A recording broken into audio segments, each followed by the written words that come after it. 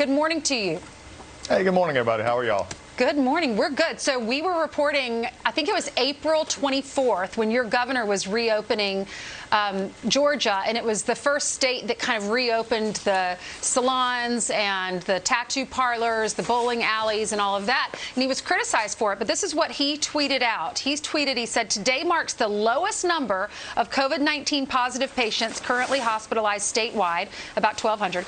Well, I guess I should be specific, 1,203, since hospitals began reporting this data on April 8th. Today also marks the lowest total of ventilators in use, 897, with 1,945 available. We will win this fight together." What were your thoughts when he was opening the state? Because I was hearing from some of my friends in South Carolina, we're so excited that he's opening, but is it too soon? What were your thoughts, and what's your reaction to this now? Well, the thoughts right now are that Georgia is opening back up. The concerns were then, and the concern still to be, is making sure that people feel comfortable going back out. So far, we have seen certain areas still having rise in their number of tested positives, but our hospitalizations seem to have stabilized in many areas. So we'll continue to watch it. And the question came, it was interesting, we had what was called a lot of folks from South Carolina and other places coming over to Georgia to eat and do some other things this past week. So everybody's trying to get out. We're making sure that we get out and look forward to it. But also continue to make sure that we don't see hot spots pop up as we go. But we need to get open. The business needs to get open. And Georgia's doing that, I think, right now. They are indeed, and they were one of the first, and the president himself was highly critical, Congressman. He said, "I think it's too early," and he wasn't happy with Brian Kemp. You look at the numbers now, it looks like at this stage of the game, it looks like Governor Kemp could have been right. Well, there's going on. We still have a lot of businesses that haven't opened. One of the things that we're having to still deal with, and we're having to deal with in Georgia and all across the country, is there has to be a balance between business being able to open back up and people feeling comfortable to come back to those businesses. I was just on the road this morning and saw that we had probably about a Saturday morning level of traffic if you go back to normal. So we're getting back there, but we're still not opened up completely, and I think people are taking that very seriously as they go forward. Yeah, you guys are doing it responsible. It's great to see 62,000 people came from out of state to your state because you opened up, and it's still okay. Keep your fingers crossed. So back to Washington. House is back this week. Senate was back last week, and already busy in the wings has been Nancy Pelosi and leadership. They've drafted another rescue bill, roughly $1.2 trillion for state and local government, $1 trillion for state and local governments, more money for hospitals and COVID-19 testing, roughly $25 billion to keep the post office afloat, expanding nutritional benefits, Medicaid funding and unemployment insurance, which they call Paycheck Guarantee, another round of direct payments to Americans.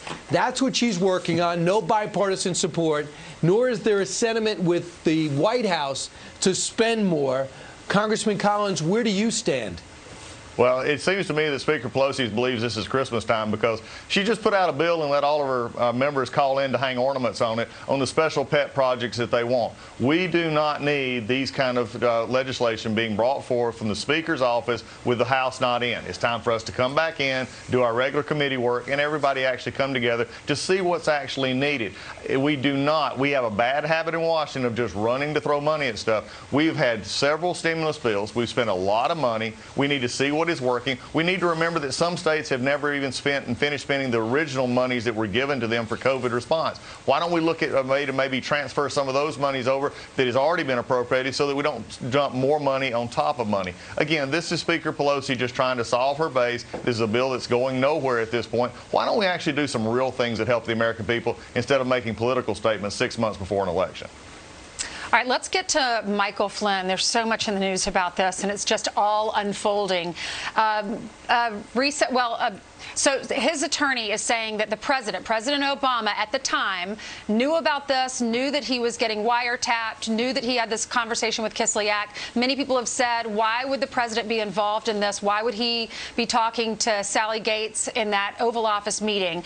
A tape has been recently found of President Obama talking about this. Listen to this. This was leaked. The fact that there is no precedent that anybody can find for someone who's been charged with perjury just getting off scot-free. that's the kind of stuff where you begin to get worried that basic, not just institutional norms, but our basic understanding of rule of law is at risk. Congressman, what's your reaction? Well, if I was President Obama, I'd like to forget parts of his administration as well, and it seems like he's trying to rewrite history. Number one, General Flynn was not charged with perjury. Number two, there is precedent. In his own Department of Justice, Eric Holder took away a case and dismissed it. These are the kind of things that is bothersome. The question I have, though, is why was Sally Yates so surprised that President Obama knew so much about General Flynn? What was the problem that Obama had with Flynn, and that he would continue this on? It begins to show a pattern that at the highest levels of the Obama administration, including the president himself, and then we know already from the stuff that we've been doing that the Department of Justice and the corrupt cabal over there were already targeting members of the president's campaign, but also the president himself.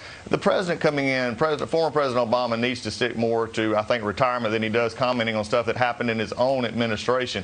We have a problem here, and the problem has been corrected. General Flynn was unfairly targeted. He did so because you had a group of Comey, McCabe, Strzok, and the others who wanted to simply get at this president. They did not like Donald Trump, and they did everything they possibly could to get at him. And if they had to go through and destroy a life like General Flynn, they had no problems in it. That is just disgusting in America. You know, and Congressman, we've known about how high this went for a couple of years. Some of the Strzok and Page text messages that were released, I think, in 2018, where Strzok is talking to Lisa Page and says, you know, the White House is running this. And then she responds that POTUS wants to know everything that we're doing. Obviously, if the president knew, James Comey would know as well, his FBI director. And I see that you tweeted out on Thursday, wrong again, Comey. DOJ lost its way when self-righteous leaders at the top of our justice system thought they could play Superman and dictate the will of the American people. And, you know, we've gone back to this a million times, but it's absolutely true. Had Hillary Clinton been president of the United States, winning in 2016, we wouldn't know any of this stuff. That's exactly right. Remember, we just got it took Adam Schiff, who is, again, he's always had a real problem with the truth anyway, to being pushed to release transcripts. And now you can see these transcripts where the Obama administration said there was nothing. Clapper, Powers, Rice, all of these said we had nothing of collusion. Although Adam Schiff was going out and saying the collusion is in plain sight. He's doing this right in front of us. But we knew that was false. Devin Nunes, others have talked about that. Last year, I released the transcripts from the House Oversight, House Judiciary Committee, where we saw this going on. When will the mainstream media stop propping up fake heroes like Jim Comey, McCabe, and Strzok, and Page, and these, and realize what happened? Realize this is also the same group that let Hillary Clinton have classified information and just sort of whitewash that whole thing. It's different standards. The American people have to see the same standard of justice. Right. Absolutely. And Congressman, the other thing is, remember how long McCabe sat on, it seems now, the Hillary Clinton emails on Anthony Weiner's laptop before he actually told Comey, who might have known earlier. There's a lot more to unwind there, but I want to pivot to something that really hits home with you. The Georgia Attorney General is now calling for the Department of Justice to probe into the Ahmaud Arbery case. We saw that video. It happened 2 months ago, but the video of this young man, football star, jogging in the road, it seems, and being gunned down in a scuffle. This father-son under arrest right now. First off, do you back what the Georgia Attorney General is doing to kick this up to Washington instead of handling it himself? Well, I think what he's doing is getting more eyes on this. It needs to be there. This is a tragedy, and it should never happen. When I look at that video, I'm disgusted. The family has my prayers, and just the concern here. This was wrong. This is a criminal act that needed to be investigated. And the question comes is, why did it take so long? And I think that's what Chris Carr down here is our Attorney General is doing a great job of saying, let's look at all angles. Let's make sure we have a Georgia angle, but also let DOJ be a part of this, because there's certain things that we need to make sure that there's no even appearance of injustice as we go forward here, because people need to know that they can trust the Justice Department. But what we saw on those videotapes are a criminal act in many ways, and we need to make sure that this is fully investigated so people have assurances that when something like this happens, they can know what happened, number one, the people can get justice, and they're treated fairly on both sides of this. Congressman, I know you used to be a minister. What do you think about churches reopening? Do you think they can do that?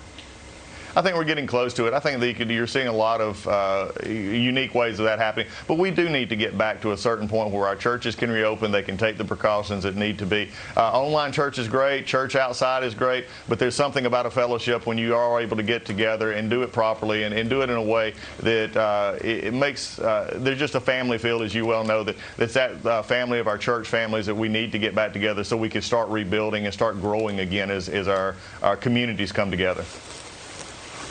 Yeah, my church, they do a robocall where all the priests are talking on the call for a number of minutes and give you an update, make you feel like they're thinking about us, which is nice. All right, Congressman, thank you very much for joining us. We wish you the best of luck. Hey, it's always good to talk to y'all. Y'all have a great morning. Thanks, you too.